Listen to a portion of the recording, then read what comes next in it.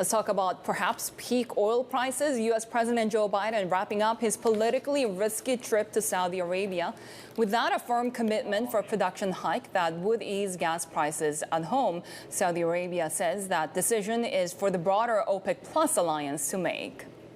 It's not about an agreement. It's about the kingdom's long-standing policy of working to ensure that there is adequate supply of crude oil on the markets.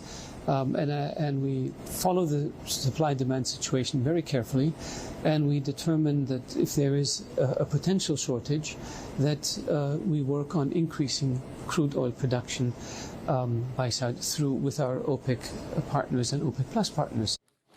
Let's get more from Bloomberg editor Tony Czuczka in Washington. Tony, so how much was President Biden able to achieve during this trip?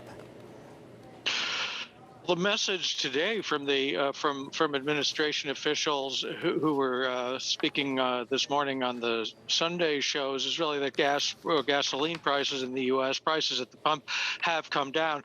Now, this is, of course, a political message because Biden is under so much pressure from inflation, and prices at the pump are a big factor in that.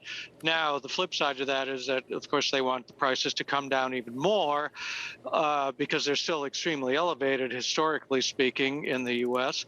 And Biden did not really, he got the fist bump, which, as was mentioned earlier, turned out to be sort of a slightly awkward and controversial moment, but he didn't get any firm commitment on oil production increases.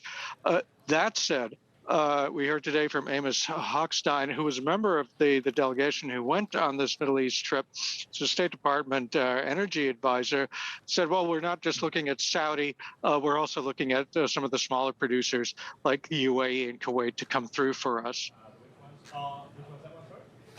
Tony, this was obviously a high-stakes, big gamble for the president. Given that we're just months away from the midterms, given he needed that political win, could it be framed as such?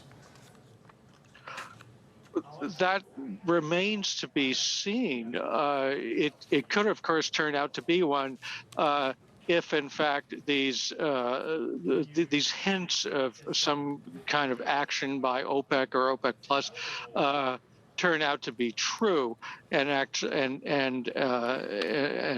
the producers step up a little bit more.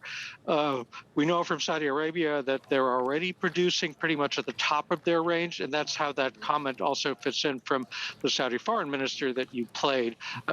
But it was a gamble, and it's a big gamble, and Biden certainly needs a win.